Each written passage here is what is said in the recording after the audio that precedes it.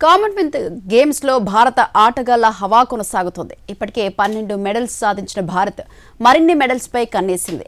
నిన్న ఒక్కరోజే 6 పతకాలతో అదరగొట్టారు భారత ఆటగాళ్లు.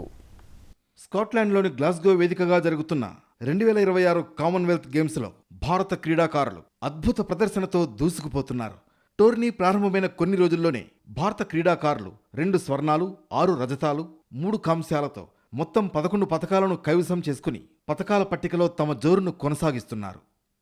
Weight lifting queen Mirabai Chanu మహిళల 48 కేజీల విభాగంలో మొత్తం 190 కేజీల బరువు ఎత్తి సరికొత్త గేమ్స్ రికార్డుతో భారత్కు తొలి స్వర్ణాన్ని అందించింది.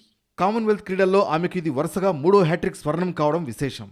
పారా ఒలింపిక్స్లో షర్మిలా ధన్కర్ మహిళల షాట్పుట్ ఫైనల్లో పసిరి పతకాన్ని కైవసం చేసుకుంది. కామన్వెల్త్ గేమ్స్ పారా అథ్లెటిక్స్లో భారతదేశం తరపున స్వర్ణం సాధించిన మొట్టమొదటి అథ్లెట్గా షర్మిల చరిత్రాత్మక రికార్డును సృష్టించింది. సర్వేస్ కుషారే పురుషుల హైజంప్లో రజతం గెలిచిన తొలి భారతీయుడుగా రికార్డు సృష్టించాడు. వల్లూరి అజయ్ బాబు పురుషుల 79 కేజీల విభాగంలో రజత పతకం కైవసం చేసుకున్నాడు.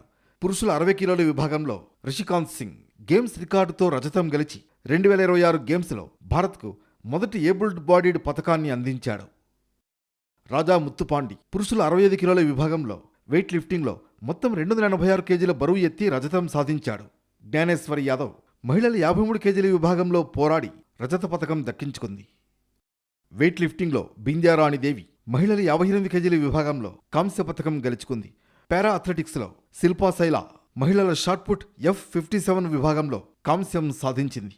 పారా పవర్ లిఫ్టింగ్లో ఝండూ కుమార్ హెవీ వెయిట్ విభాగంలో 2026 టోర్నీలో భారత్కు తొలి పతకంగా కాంస్యం అందించాడు.